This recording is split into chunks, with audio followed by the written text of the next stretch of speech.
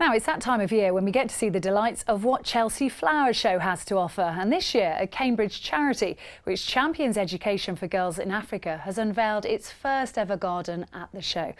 Well, our reporter Helen Mulroy has spent the day at Chelsea and joins us now. Over to you, Helen. Hello, Louisa. Yes, you've actually caught me taking a moment away from the main showgrounds, and that's because there's a royal visit going on currently at the Chelsea Flower Show right now. Her Majesty the Queen is here, the Duke and Duchess of Cambridge are here, Prince Edward and his wife Sophie as well. Like them, I've spent today taking a look at the gardens on offer. A carousel of fuchsias, cascading orchids and even floral flower pot men. When it comes to brilliant blooms, the Chelsea Flower Show has it all. But we're here to see a slightly different garden, one that showcases the fruits of agriculture. This is the first Chelsea Flower Show garden for the Cambridge-based charity CamFed, the Campaign for Female Education. Poverty had forced them to drop out of school. The Campaign for Female Education brought them back. They work in sub-Saharan Africa, helping girls stay in school and supporting them in developing their own farming businesses.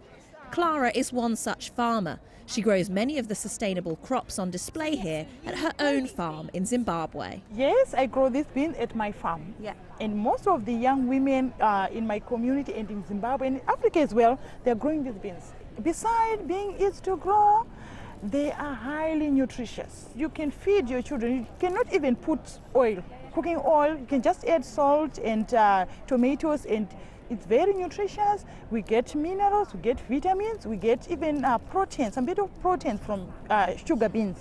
Drought-resistant cereal crops and vitamin-rich vegetables all showcase the sustainable farming methods that are at the heart of this garden. When we think of our own gardens, we think about how we can make them restful or beautiful, or we think of flowers.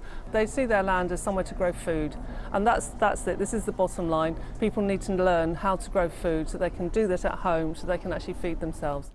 For CamFed ambassador and singer-songwriter Joan Armatrading, this garden truly captures the charity's message. You give people the opportunity to look after themselves, give them the tools, give them a garden, give them the seeds to plant their own vegetables and flowers, and they can sustain themselves. They can look after themselves, their families, help the wider village.